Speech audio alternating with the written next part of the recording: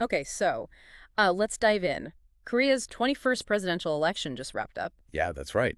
Lee Jae-myung is the new president, and, well, the new government is already setting out its stall, policy-wise. And that's exactly what we're unpacking today, isn't it? We're looking at reports analyzing this new government's policy direction. Exactly. The idea is to sort of cut through the noise, understand the main thrust, and the sources we have really highlight two big themes. Okay, what are they? Growth and recovery for the economy, that's one, but it's balanced with a uh, pretty strong emphasis on fairness across different areas. Right, growth and fairness. And it looks like they cover a lot of ground. These reports mention finance, digital stuff, corporate governance. Oh, yeah. Labor laws, Hmm. trade, even specific strategic industries like AI and semiconductors. It's broad. So let's start with the growth side. What's standing out there first? Well, economic growth is clearly stated as, the top priority. Understandable given the domestic and global picture. The plans really emphasize innovation and boosting those strategic industries as the main engines. Innovation, like what specifically? Where are they putting their focus? You see a really significant push into, well, future-facing areas, AI, deep tech, fintech, that whole cluster. Mhm. And there's a clear ambition, it seems, to make Korea a major digital asset hub. They're talking about advancing phase 2 legislation for virtual assets, Okay. legalizing security tokens, even looking into one-based stablecoins potentially. Wow, okay. That sounds like a serious focus on the future of finance and tech. How are they planning to actually fuel investment in these spots? Good question. They aim to really scale up the venture investment market. The target mentioned is a 40 trillion won. That's a big number. It is. And they're looking at expanding funding sources like allowing retirement funds into venture investing, which is interesting, and introducing things called business development companies, BDCs. BDCs. Yeah, you could think of them sort of like publicly traded funds that invest in smaller, growing businesses. Plus, tax incentives are mentioned to encourage domestic production in those key strategic industries. And it's not just the brand new tech, is it? The reports indicate they're still focused on the established heavy hitters, too. Absolutely. Semiconductors, defense, shipbuilding, those are still very high on the list. Energy is another big piece tied to growth. How so? Well, plans to expand RE100 adoption, Yeah. that's a 100% renewable electricity commitment for companies, Mm-hmm. building energy highways, accelerating carbon neutrality. And on the global stage, economic diplomacy, supply chain stability, maybe even revisiting trade pacts like the CPTPP. Okay, so a multi-pronged push for growth. How does the fairness theme weave into all of this? Well, the government seems to frame fairness not as some separate goal, but actually essential for achieving, quote, real growth. Ah, I see. So how does that translate into policy? It means, for one thing, strengthening fair trade enforcement. The sources point towards cracking down on unfair insider dealing, private benefit siphoning by controlling shareholders, Mm-hmm.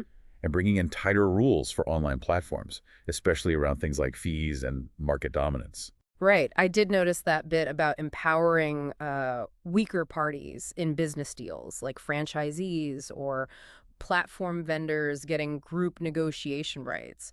That seems like it could really shift things. It could, but the analysis in the sources also flags, potential complexities, maybe even risks of misuse if it's not implemented carefully. Okay.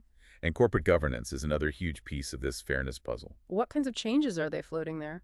Well, things like expanding directors' legal duty to include the overall interests of all shareholders, Mm. making cumulative voting more common. Right, where shareholders can pool votes. Exactly. And requiring more independent audit committee members to be elected separately. Mm. There's also talk about maybe mandating e-voting for large listed firms. And protecting minority shareholders. Yes, particularly during complex deals like spin-off IPOs or M&As. Maybe through priority share allocation or mandatory tender offers, perhaps. So the goal seems to be more accountability, better investor protection. But the mechanisms themselves could force companies to really rethink how they structure deals and engage with shareholders. Precisely. And then you have the labor sector. Policies aimed at fairness there are quite prominent, and frankly, some are pretty controversial according to the analysis. Like what? The so-called yellow envelope law gets mentioned. It could potentially allow subcontractor unions to negotiate directly with the main contractors. The reports suggest that could cause significant disruption. Okay. Anything else on the labor front? Yeah, proposals like extending the statutory retirement age, reforming wage systems, maybe even banning the comprehensive wage system that's often used for calculating overtime, and definitely strengthening workplace safety rules, explicitly extending them to subcontractors too. So looking across fair trade, corporate governance, labor, it feels like a common thread is just, well, more regulation, more compliance demands. Definitely. I mean, the sources aren't necessarily saying they're totally new areas of compliance nobody thought of before. Right. But they strongly suggest compliance is going to become much more critical and probably more complex. Right. Navigating all these rapid changes, digital assets, AI, plus potentially stricter enforcement in fair trade and labor, it seems like companies will likely need to really invest in upgrading their internal systems, their training, everything. So let's pull this together then. What does this analysis drawn from these sources really mean for you, our listener? Well, I think these policy directions signal a period of pretty significant transformation ahead for Korea. Uh, On the one hand, yes, they're aiming to stimulate the economy through these targeted growth sectors, but at the same time, they're bringing in substantial new requirements and stricter oversight, all focused on market fairness and protecting different stakeholders. so opportunities and challenges. Exactly. Businesses, individuals operating here, you'll need to navigate both. Find the opportunities in those favored sectors, but also grapple with the challenges from, increased regulatory complexity and the compliance burden. It is definitely a lot to keep an eye on. So maybe a final thought to leave everyone with. Considering this dual focus, growth and fairness, and the specific policies we've talked about, how might these shifts fundamentally reshape the competitive landscape here in Korea?